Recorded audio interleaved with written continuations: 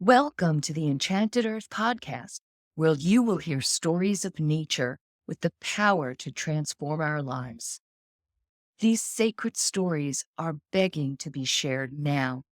So listen in as my guest today shares one of their own. Well, welcome everybody. Today we have with us Holly Copeland, and let me tell you a little bit about Holly. Holly is the founder of Heart Mind Alchemy and is a conservation scientist turned wellness entrepreneur and leader at the intersection of technology, consciousness, and energy healing. Frustrated and saddened by the state of the planet, she left her established career as an ecologist to reclaim inner joy and find lasting happiness and well-being. She reconnected in body, mind, and spirit with her wild, soulful self and now supports others to heal and find their joy and limitless potential through the path she calls inner rewilding. As a human potential coach, meditation and breathwork teacher, and energy healing practitioner, Holly's mission is to support people to become unshakable in a world that feels like it is falling apart, to discover the freedom, joy, and abundance that awaits them when we rewild within. So welcome, Holly. Thank you, Maureen. I'm so delighted to be here. It is just a wonderful. I don't think I've had anybody that's been in your kind of career path before. I've interviewed people from many different career paths, but going from something that is really environmentally minded to then wellness in the particular way you're going about it is really lovely.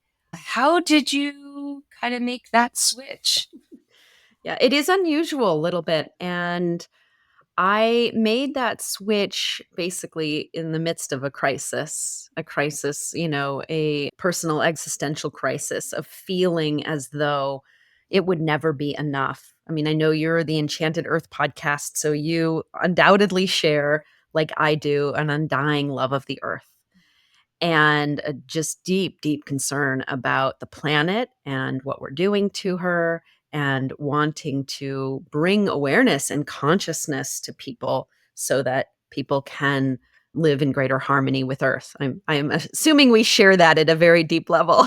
Absolutely. Yes. And so I, was in that place of feeling as though this career that I had chosen, that I thought I would always do, that I was trained in and that I loved, that I went into to kind of help save the planet, quote unquote, came to a point where it felt like no matter what I did, it would never be enough.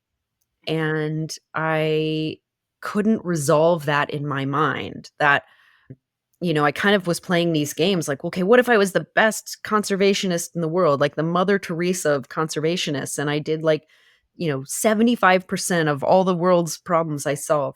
There'd still be 25%. I'd still feel like deeply sad. And so this crisis of sadness in my heart was really what I went about to solve, because I felt like I wanted to be able to live in joy and feel the love that I felt for the earth from a joyful place. And it was like basically was burnt out as well. And so I went on a deep spiritual dive. I did a lot of deep meditative practices, studied non-dual awareness practices that self-recognition of who you are, and also did a deep dive in plant medicine and breath work and sound healing. And all of those different things helped me to see the great truth of our wholeness, of the earth not being broken, actually, that she and everything that's happening is much larger than any single one of us.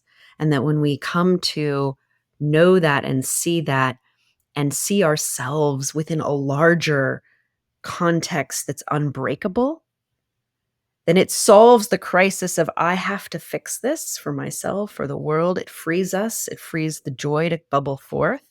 And then we get to create and weave our lives magically to support and the create we get to be the unfolding, the creative unfolding that we were born to be. And like for me, that is now it's still in service. It's deeply in service to the planet, but it comes from a place of wholeness, not brokenness, and not needing to fix anything. And that's the shift that I'm here to help people make. Oh, that speaks to me so deeply because I think many of us in this space, the space of doing inner work, we've all felt that overwhelming grief about what's happening in the planet. And again, even from, not being, say, an ecologist or scientist, but coming at it from just the rest of humanity, we feel like, what can I do? I mean, yes, I can reduce, recycle, reuse. It's never going to Oh, be enough. I could become a vegetarian. I can, organic. It's never yeah. going to be enough. And I also probably within these last few years have come to that realization that this planet is on a journey with us. We are Mhm. one, and that we need to shift our perception of things. So when you talk about the world is not broken and we don't have to fix it, that is so profound.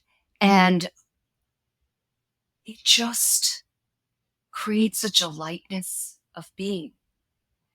We need to awaken to who are we meant to be in this planet, not somebody filled with grief and sadness, because you get completely overwhelmed and unable to act, right? Right. And I do understand that I have read many times how people that are involved with the environment as a career go into deep depression. Hmm. Yeah. That's where I was, basically. Yeah. Yeah. And that what you said, thank you. And what you said, this essential truth that we don't have to fix it. It's like it relieves such a burden, right? I mean, it's such a burden to carry to feel like you have to fix the world and that we're going to, that it's all, sort of going to fall apart. And at the end of the day, what I recognized and why it became inner rewilding, because it was like, oh, this path of freedom isn't an outer path, it's an inner path, just like all the great spiritual traditions have said, that there's no one to fix. And so it actually becomes that the feeling of fixing is actually because we believe that we need fixing, because we believe we're broken as beings. And so we have to first resolve the problem of being broken and feeling broken from childhood, from our parents, from whatever trauma happened to us, whatever messages we got that we aren't perfect, whole, and complete as we are, that settled into our soul, that show up as judgment or shame or guilt or any of those things that we picked up from, usually from childhood, that's actually what we're first resolving. And when we resolve that inner wholeness question, it actually blooms into a freedom of a wilding. And then we're rewilding within to rewild the planet. That's how I see it. Yeah. That Yeah. is just said so beautifully. Thank you. Um, that idea that everything that we see on the outside world is just a mirror reflection of what is going on inside. And I when I started my spiritual journey, I started studying feng shui, and I started with what is known as black hat or black sect feng shui, which has a very strong Buddhist and Taoist influence. So that kind of idea of, Mm. our homes being a mirror reflection of what's going on inside of us, and what we're not able to resolve here will show up all around us. And then as I started doing my work, I realized that the land was so much more important than the house or the home itself. And I started working with clients on the land. And then I Mhm. realized it's the greater land. It's the entire world. And it just shows that our total dysfunction as humanity on this planet that we're currently seeing all around us is just a dysfunction. within. Yeah. Exactly. Exactly. So the most important work we can do. And so I went from like, okay, this is why it made so much sense to leave my job, because I realized that the greatest way I could help the planet was actually to help the people. If not, Yes, the planet. I'd actually, that's the people are what need fixing and need fixing is the wrong word yeah, because I said we don't need fixing. The people are what are creating this experience. And so it's actually the people that where my focus becomes, where I've drawn. it's it's a matter of helping people, I guess, see with new eyes. It is a seeing, exactly. All the spiritual Exactly. traditions say that. It's a Right. seeing, it's a It's perception. just a shift of consciousness that when we shift into more of the frequencies of love, we emanate that, Yes. and then we are creating from that, and we are Mhm. going to experience our lives from that love. Yes. Yes, exactly. And I love that you said shift into the frequencies of love, because a big focus of my work has become actually frequency based. And I've really gotten into understanding that the frequencies of nature are actually speaking to us in every moment, guiding us home.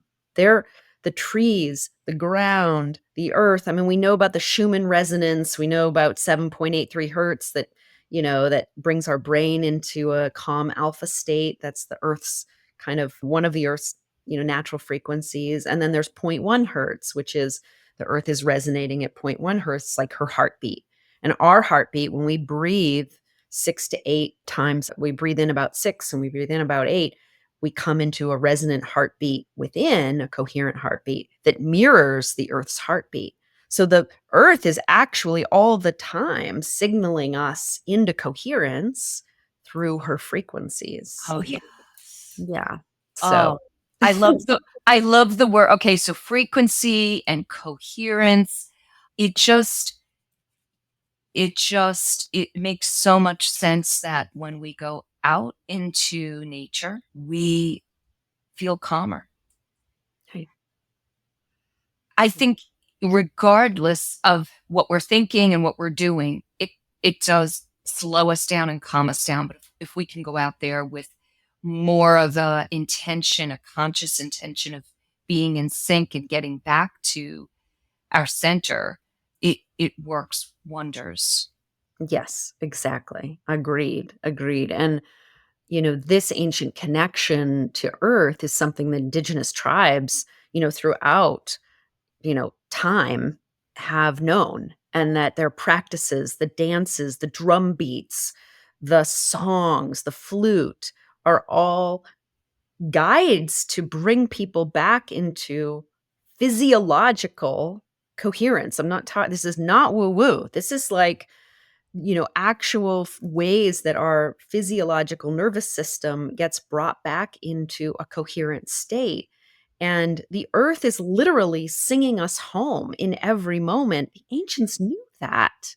That's why they bring all these practices of connecting through song and dance with the earth. And then we in Western society basically sidelined all of that and shut, like disconnected people from that. It became like pagan and, voodoo basically. And we were disconnecting people from actually the very thing, plant medicines as well. Were sidelined, herbals and also psychedelics both were all seen as dangerous when and fearing nature, when in fact the truth is that she is our greatest, she's like surrounding us all the time, bringing us back into physiological coherence and harmony. And I believe right now we're in a time of a great remembering and reawakening of that truth through all of what's happening with the resurgence of psychedelics, with the way that indigenous tribes are being respected and coming back. And we are, gradually inviting those truths back into our lives because we're dying. We're literally choking on our own breath. And that, And you don't have to go far to see like connections. For example, Chinese knew that the lungs are connected with sadness. We're tearing down our forests and wondering why we feel so sad when the connection is right there. Like we're literally, making ourselves sick from the way we're treating the planet. And I believe we're in a great remembering though. And it's beautiful. Yes, it really is. It is one of these major pivotal times. I think we uh, all of us that are talking about it now, I think we all knew this was coming. We've all Hmm. been kind of preparing for it, doing our own work toward that end. And I think more and more people are realizing it. So, yes, thank you for that. That is so beautiful. And I also think about the music of birdsong Yes. Yes, yes. and the sadness of what we've lost there. And unfortunately, I mean, we don't even know what we lost because we don't know what the bird song was before people started recording it, what it was 100 years ago or so. But We don't. We don't. And, we are in a great new co-creation. So, the earth is always regenerating and always creating. So, to just focus on the wholeness of what's here. I really feel like, this is a process of, I want to bring it back to inner rewilding because it is a process of feeling and knowing our wholeness. It's actually a process, as you said, of love, right? It's a process of falling back in love with ourselves because we've fallen out of love with ourselves. And in consequence, it's a process of falling back in love with the earth. And I actually feel like we're out of love. This out of love with ourselves is a feeling of being out of love with the earth because we're so pained by her. And so we feel, I know, and I'm speaking from my own sense of feeling, like as much as I loved the earth, I actually was more in love with the idea of what I wanted the earth to be because I didn't feel like I could love her now. How could I possibly love her now when of all of what we're doing? And so I could only feel it was like that that feeling of needing to fix her until I could love her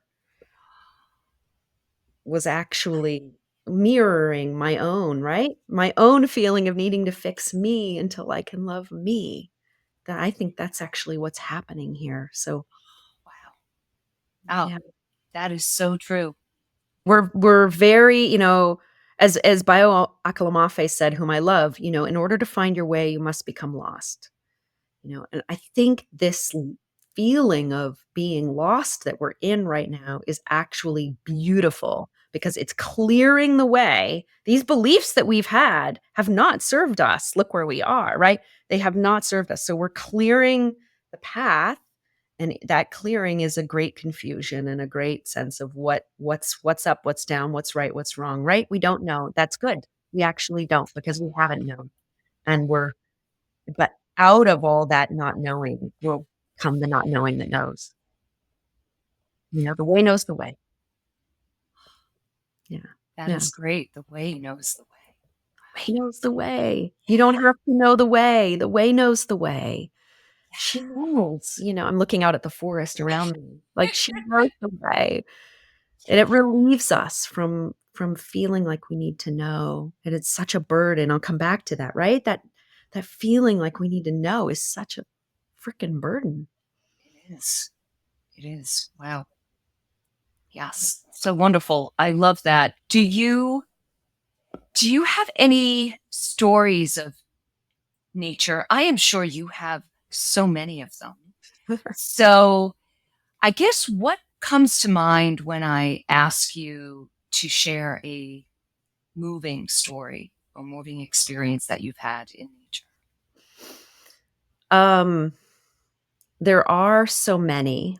The one that I wanna tell right now is just a story about the way that it feels nature is speaking to us because, because of the thread of what we're talking about right now, and I've really learned this in the shamans that I'm working with. I'm working with a Peruvian shaman who's always, like, as we're on these calls, I'm on these weekly calls with him, and he'll like something will happen, a thunderstorm or a dog will be barking in the background, and he will bring in, oh, that's this speaking. This is right. Again, the frequencies of the universe are speaking to us in every moment. This means that everything that's happening in our lives actually has a message if we choose to listen. And again, it's so beautiful because it's like, oh, the way knows the way. It's showing me in everything that's showing up, right? Yes. Yeah. And so I was in this great transition from my old job. And along the way, I ended up getting divorced. My daughters went to college. I was living in Wyoming at the time. And it's I had by all rights the dream job. So you have to understand that like people thought I was crazy to give up the director of science for the Nature Conservancy, you know, of Wyoming. And I knew that the minute I left my job, there would be, hundreds of people applying for my job because it was such a coveted job. And and of course, a divorce is not an easy thing to do. My daughters were devastated, but I knew that this is what needed to be happen. And so I moved from Wyoming and as my daughters went off to college. And when I arrived, I was staying at my dad's house because I was waiting for my house to open up. And so, very first morning, I wake up to go get my tea, and I'm standing there and I look outside the window, and sitting on a branch, like 3 feet away from me, is a small screech owl, of which I have never seen in California ever have I seen, like, an owl, let alone in broad daylight, like, just right there in the morning. That owl stayed for 2 days outside that window. First, he was right there on this branch, and then there was a little Mother Mary, I kid you not, like, little kind of, like, spiritual statue in a little alcove, and he perched on top of this statue, and he stayed there for 2 days. He or she, and then was never seen again. Like, was never seen. I asked my parents, I was like, "Have you seen this owl before?" And they're like, "No, never seen an owl, let alone there." And I really felt like this was a guide who had this was such a pivotal day for me, the very first morning that I moved. And to have this owl guide show up and stay there for 2 days in this transition felt like such a confirmation and a message of like, "You have done the right thing. We're here. We're with you. Don't worry." And so that's my like that's the story that comes to mind in this moment to share. Yeah. Oh, that is just so precious. And like you're saying, when we're aware, when we're observing our environment, we can witness just beautiful, magical experiences of connection Mhm. that are so profound for what's going on in our lives at that moment. Mhm. And I just love that that's beautiful little screech owl. Oh, they're so sweet. Oh, Oh, what a love. yeah. Yeah. You know, and then I will say that I went on to the house that I ended up this I bought a little condo and lived there for 2 years. I just moved from there. But there was an oak tree that I formed a relationship with that was up the hill, and if you go on my Instagram channel, you'll find lots of me speaking from the oak tree because I from that point on has had begun a real cultivation of being much more deliberate about speaking to nature and inviting in these frequencies as messages and guides.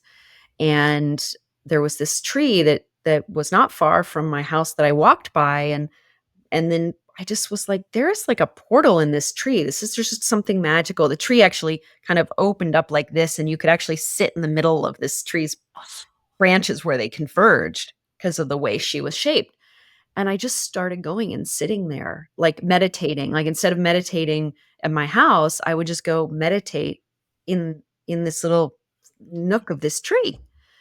And I found that I just found deep healing and wisdom pouring forth when I connect to that tree. And so I really believe in the power of, you know, it may seem, I just want to say to your listeners, like, it may seem kind of silly at first. Like, I don't know, like, do trees really talk? And, will this tree really communicate with me? But if you go and like, let those crazy messages sort of just be there and do it anyway, and just start to keep showing up, right? It's like they say in the ancients, just like keep showing up and keep asking questions and keep being willing to do things that seem uncomfortable with a curiosity for the magic of what could be. It's like stepping into nature with that childlike curiosity, just being Mhm. playful and Mhm. just not expecting anything. Just, yeah. Yeah, I just really love the way that the more that I start to, open myself up to these frequencies of nature, the more that she speaks to me, And I will admit that the plant medicines here can be very, very helpful as well. And I, don't want to discount that, because whether you're working with herbal medicines like, cacao, or various different mushrooms, some psychedelics, some not. There are, these frequencies from nature. I mean, I really believe that these herbs and plants, have messages to share with us. And there's something very sacred about ingesting them and inviting those messages in, and whether at all levels of healing, whether spiritual, physical, emotional. I really am, very inspired, and I think we're making a big planetary movement back to natural herbal medicines of all kinds. I do feel like we've needed to move away from that to develop the scientific method and move and learn as much as we can. But we need to now shift back. And more of us are starting to kind of integrate those ancient indigenous ways of understanding our connection to the universe and merging that with Yeah. all the technology and the science behind. I'm kind of curious, as a child, did you ever have an experience that might have foreshadowed what you're doing now? Yeah.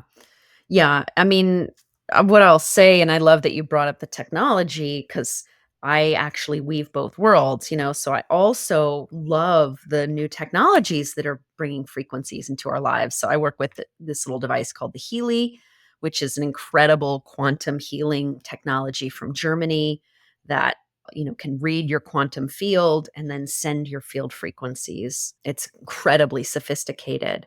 And so and I love this technology. So I think there's a place for both. I just wanna kind of start by saying that. I really believe that, and I think my life, to your question, absolutely set me up for that, because, you know, but I was both the child who went camping and went to camps and, was backpacking. I spent a lot of time outdoors growing up, thanks to my parents, and so developed that deep love of nature growing up. And at the same time, I was this funny little girl who in the 1980s was in the computer lab with the nerdy boys, like playing, this funny little game called Rocky's Boots. And we would write, little programs on the computer and run them. It was right when the movie War Games came out, and, computers were brand new. And I had this nerdy, technology streak in me at the time, and I loved, I had that scientist mind of like, which is really just like being curious, just like Right. observational and curious. And I was both of those things, and I mean, infinitely curious all the time. My father would be like, okay, we need a questions break right now. I remember him saying that. into my like, we're like driving in the car. I'm like 7, and he's like, "We need a questions break," you know. So yes, I think, and at 14, I was really spiritual. I was into metaphysics. My mom was into metaphysics. It was the new age. I went to my first channeling when I was 14, you know. So yes, there were little cues all along the way that were setting me up for this. And then I went hard down the materialist path of science because I don't know, it felt like the right thing to do at the time. Again, like I'm okay, I want to save the whales. I mean, like literally that's me, right? I want to figure out how to save the whales, or ultimately became save the sage grouse and the mule deer and the elk, which was what I was doing. And really felt like that was going to be the solution to, what I was going to do in the world. And I was very, very surprised when life took a different turn. Hmm. Yeah. Yeah. But now, like, all feels so obvious and predestined, and oh my gosh, of course I was meant to do this. And now I'm writing a book too. So I heard you're writing a book, so I'm writing a book called Inner Rewilding, and on this Oh, about this path. oh, that's wonderful. Yeah. I mean, we may think that, at some point we may think we're absolutely insane because we're switching gears and you're like you're voluntarily leaving a job that was so sought after. It was like the pinnacle for you of your career Mhm. and the bravery that required. Well, like, yes and no, because I mean, I guess people could say that at the same time, but I would say going on the way I was so untenable that I felt like I had no choice in a real way. Like there was no other option. Something had to change. Yeah. Yeah. I I could mean, feel it in my cells. my background was in marketing and I loved my job for a good 20, 25 years. Loved it until I hated it. And then I mean it was almost like a switch was flipped within me. It was pretty quick where I started working on accounts that didn't resonate at all with my principles and my values. And I just was at a point where I wanted to just walk into HR and quit every day. Mhm. And I thank the universe that I didn't because I wound up getting laid off. Mm. So I think that was, I mean, it was basically the universe was like, okay, you're out of here. Yeah. And it took me a while to discover what my path was, but I knew that I could no longer do that type of work anymore. And it took me a while and I'm still growing. I'm still learning. I'm Mhm. sure like you, still curious, endlessly curious about so many things that I am, who knows what I'll be in another 10 years, what I'll be I doing. say the same thing. I'm like, I don't know. I don't know the way. The way knows the way. I feel like I'm constantly reinventing myself, Mhm. but that's what's fun. I mean, you just don't know what's around the corner, and I love just being open to that. Yeah, I do too. I really share that with you, and I feel like that's such a spiritual teaching, right? When we don't need to know the outcome, but we just let the strange pull of the universe and our hearts, pull us, draw us towards what resonance. I talk a lot about resonance in my book and in the things I write about, that resonance is the universal language speaking to us.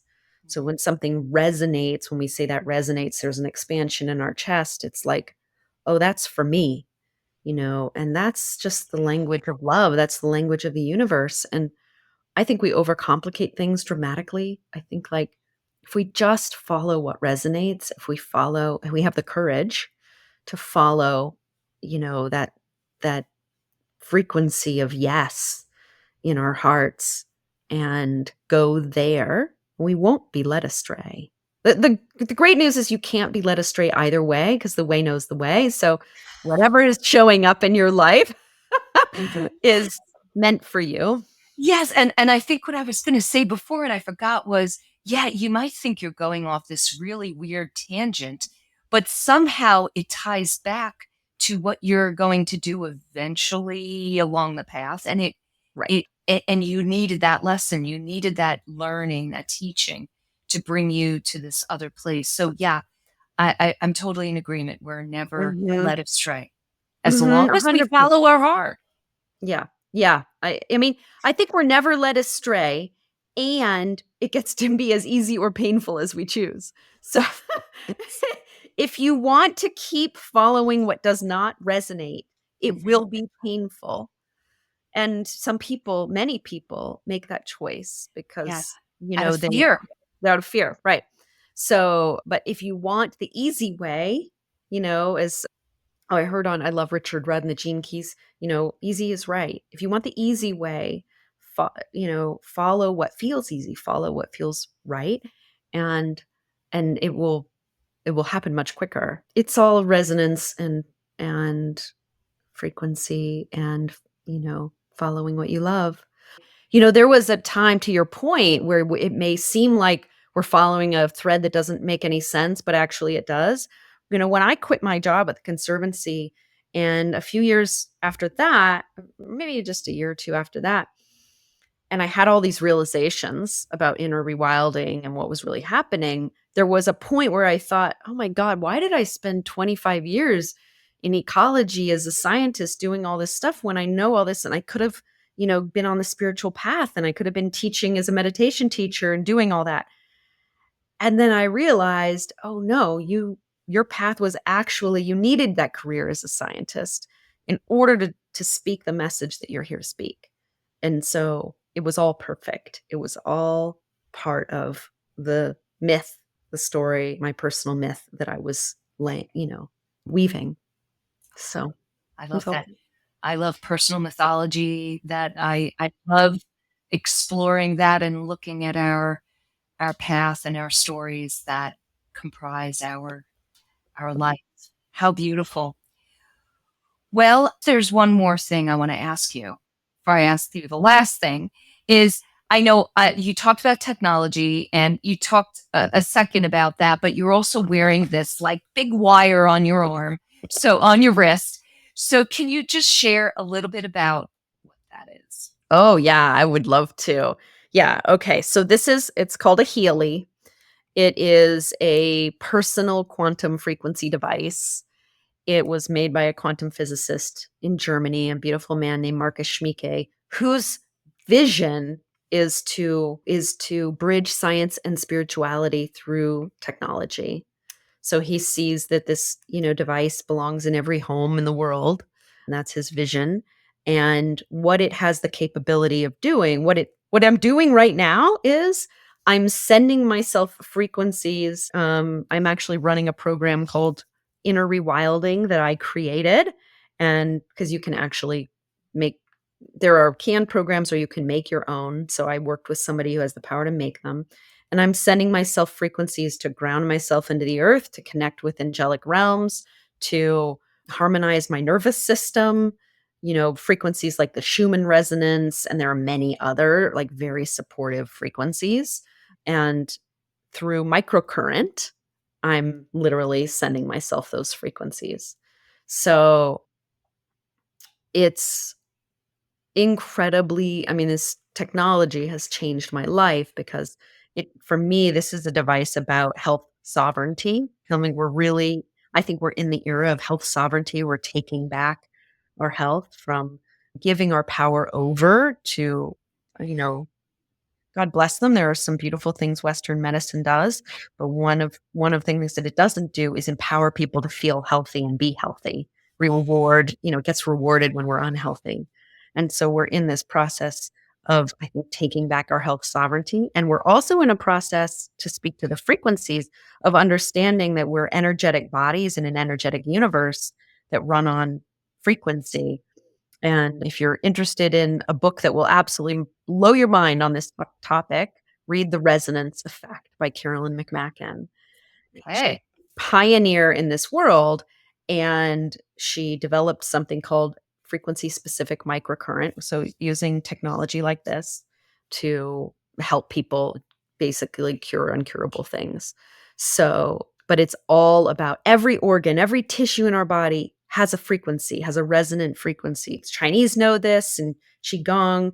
And, we were talking about the frequencies of the trees and everything is frequency. So frequencies can be used to actually, like, the body wants to come into resonance or vibration with its blueprint, with its resonant frequency. It wants that. Like, our bodies want to be healthy. And so this supports the body to harmonize back into those frequencies. So I'm about all of it. I love the technology. I love herbs. I love, you know, various different ways that we can bring the power of nature and frequencies to support our well-being. Wonderful. Yeah, it reminds me of so many books that I guess I've read talking about coherence, and that when we are ill, our bodies are out of coherence, and when we are healthy, our bodies are in coherence. So yeah, it's all about the frequency. Yeah. Yeah. Yeah, exactly. Wonderful. So my last question is, do you Mhm. have anything else you would like to add that our Mm. listeners to know about you or about this topic? Yeah. Um, hmm. I think it just comes back to, like we said, it comes back to recognizing that we are living in a universe of frequency and vibration that is supporting our well-being at its heart. And the more that we understand that and then do the work of kind of coming back to inner rewilding, of feeling whatever part of us doesn't feel connected or resonant, and to go into that space and really stop looking for the solutions outside of ourselves, but start coming home to the pain that we feel and really being gentle and compassionate and loving with ourselves. Because truly, it is, at the end of the day, it's actually about really falling in love with ourselves as we are, you know, learning that nothing needs to be fixed for us to be okay. So beautiful. Mm. So, Holly, how can people find you? Yeah, thank you. So my website is hollycopeland.co, COPELAND.co. And you can find all kinds of information about me. I have a newsletter, a weekly newsletter that I send out. And I'm also a meditation teacher on Insight Timer. So you can find me there, Holly Erin Copeland, actually, with my middle name on Insight Timer. And I do coaching. If you're interested in this frequency technology, reach out to me because I'm an affiliate with them and have a partnership with them to sell these devices. So yeah, full transparency there. Yes, I am an affiliate, but I don't sell anything that I don't fully believe in and use myself and hasn't been life transforming for me. So I'm just here to share to those people for whom this resonates with. So yeah. Well, wonderful. Thank you so much for coming on today. Yeah, thank you so much for having me. I'm really, Yeah. really honored to be here. And thank you everybody for listening. Yay. Yes, please, if you liked this, please like it, share with others, and subscribe. And we will see you next time.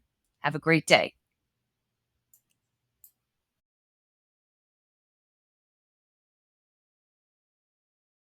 Thank you for being a part of the Enchanted Earth podcast.